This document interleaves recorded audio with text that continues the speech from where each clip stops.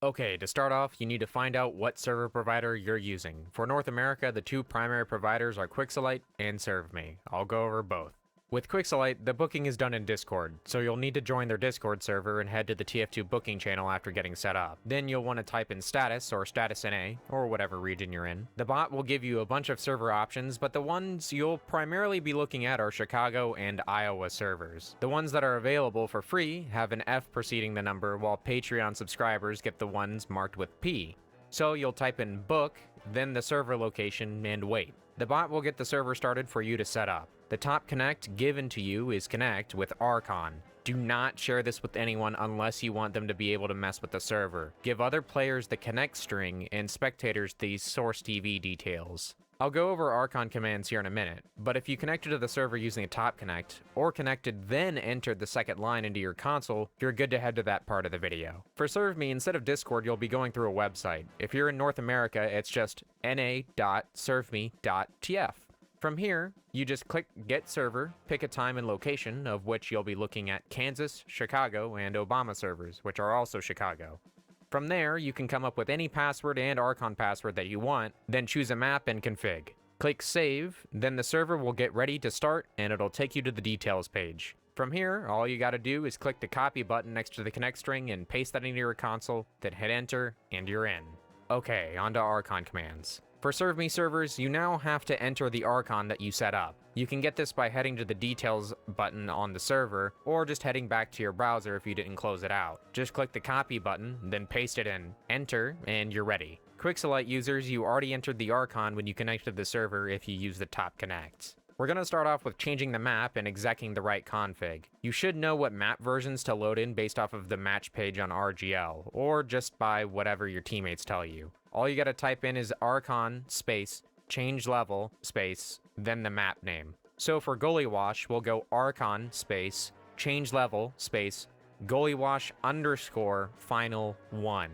Then hit enter and it'll change the level. Now that we're on Goalie Wash, I'll show you how to change the config. This is a bit harder since many people don't know the exact config, but you can always check them on RGL match pages. So we're currently on the Highlander stopwatch config, which is used for payload and attack defend maps like Steel in Highlander. And we need to switch to a scrim version of 6's 5CP. So we just head to the console and type Rcon space exec space RGL underscore 6's underscore 5CP underscore scrim. Hit enter and you'll see the server lag for a second, then on top of the screen updates with rounds 1. And if you have a banned item like the Cow Mangler equipped, it'll change to stock. Or if you had a banned item in the previous config like the Airstrike in Highlander, you'll be able to use it again.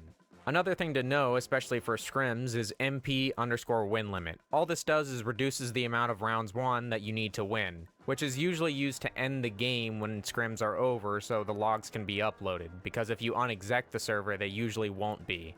So all you gotta do here is head to the console, type Rcon space MP underscore win limit, then the number of rounds that you want to set it to, which can be any amount. So for here, we'll just Rcon space MP underscore win limit space 1, and you'll see the rounds at the top reduce from 5 to 1.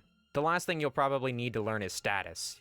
You'll usually use this to kick players. Most players can just type status in console, but you'll need Rcon to get all of the details. So all you gotta do is head to the console, type Rcon space status, and hit enter. It'll show every player's information, their server ID, which you need to kick them, their Steam ID, their name, how long they've been in the server, ping, and IP. All you need here is their server ID, which is the first number right after the pound sign. So if you want to kick a player, all you gotta do is kick Rcon space kick ID, then their number. In this case, I'm 3, so I'll type Rcon space kick ID space 3 and hit enter, and I'll get booted out of the server. This is great for removing AFK players from previous scrims.